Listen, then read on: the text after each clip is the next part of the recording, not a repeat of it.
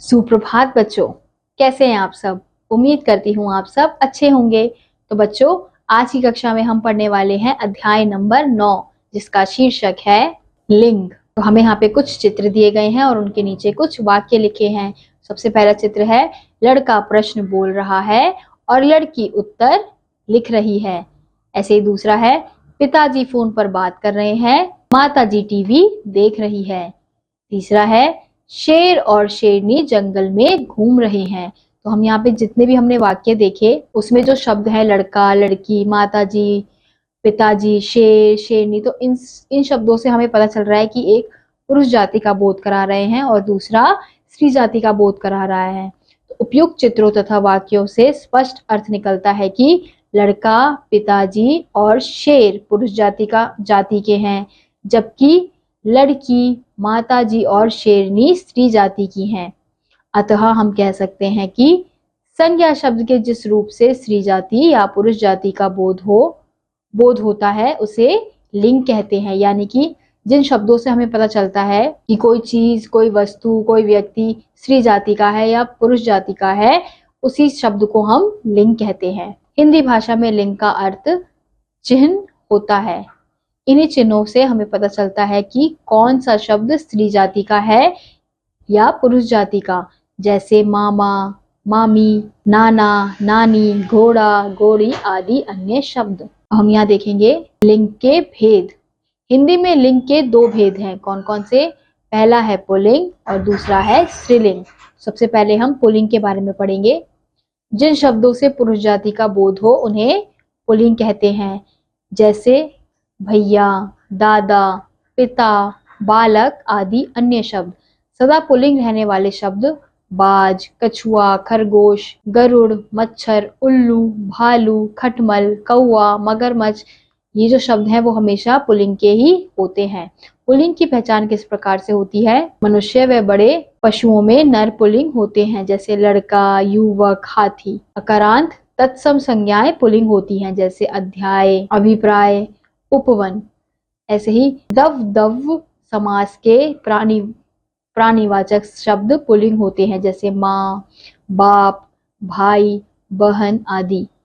आ, आप, पा, पन, न, क, त्व, आवा और औड़ा से अंत होने वाली संज्ञाएं पुल्लिंग होती हैं, जैसे लोटा, बहाव, बुढ़ापा, बचपन, यौवन, पाठक, देवत्व, पहनावा, पकौड़ा आदि। पर्वतों, वारों, ग्रहों, समुद्रों, पेड़ों, महीनों, अनाजों, रत्नों, देशों आदि के नाम प्रायः पुल्लिंग होते हैं, जैसे हिमालय हो गया, सोमवार हो गया, मंगल हो गया, अरब हो गया, अरब सागर हो गया, पीपल हो गया, भारत हो गया।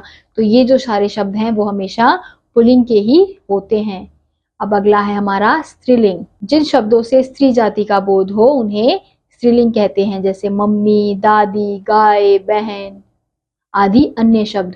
सदा स्त्रीलिंग रहने वाले कुछ शब्द हैं, गिलहरी, मैना, मछली, संतान, सवारी। तो ये जो शब्द हैं वो हमेशा स्त्रीलिंग के ही होते हैं। स्त्रीलिंग की पहचान किस प्रकार से होती है? संस्कृत के अकारांत शब्द स्त्रीलिंग के होते हैं, जैसे दया, कृपा। भाषा के नाम स्त्रीलिंग होते हैं, यानी कि जितने भी भाषाओं के नाम हैं, जैसे हिंदी हो गई, पंजाबी हो गई, अंग्रेजी हो गई, हरियाणवी हो गई, ये सारे हमारे स्त्रीलिंग के ही होते हैं। उकारांत व इकारांत संज्ञाएं प्रायः स्त्रीलिंग होती हैं, जैसे आयु, वस्तु, नौकरी, दूरी, गर्मी आदि। हिंदी की वे संज्ञाएं जिनके अतः में इया, ई, इया, उ, ख, त, या, स हो, जैसे टोपी, खटिया, गेरू, भूख, लात, प्यास आदि सारी स्त्रीलिंग के शब्द होते हैं।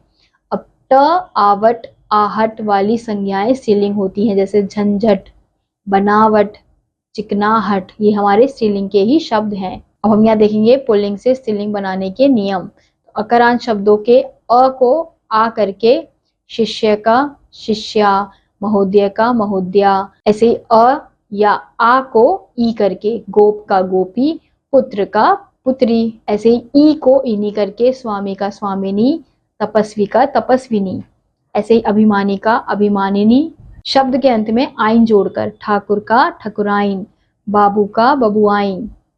अब आनी जोड़कर, सेठ का सेठानी, जेठ का जेठानी, मुगल का मुगलानी। अब अ को इया करके, चूहा का चूहिया, कुत्ता का कुतिया, बंदर का बंदरिया। अब नी जोड़कर, शेर का शेरनी, भील का भीलनी, हाथी का हथीनी। ऐसे ही इन जोड़कर, धोबी का धोबिन, चमार का चमारिन, सुनार का सुनारिन।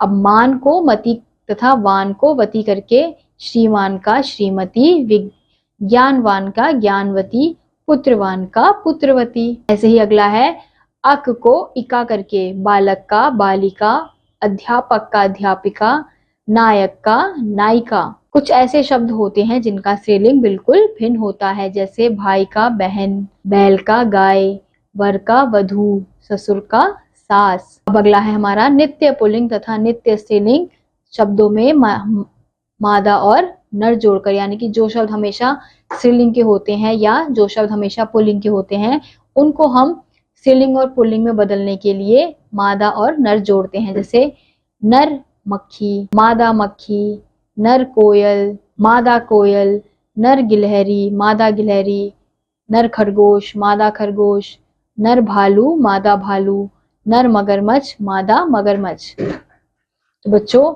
इसी के साथ आज का यह अध्याय यहीं समाप्त होता है। उम्मीद करती हूँ आपको यह अध्याय समझ आया होगा। मैं आपसे मिलूंगी अगली कक्षा में, तब तक के लिए नमस्कार।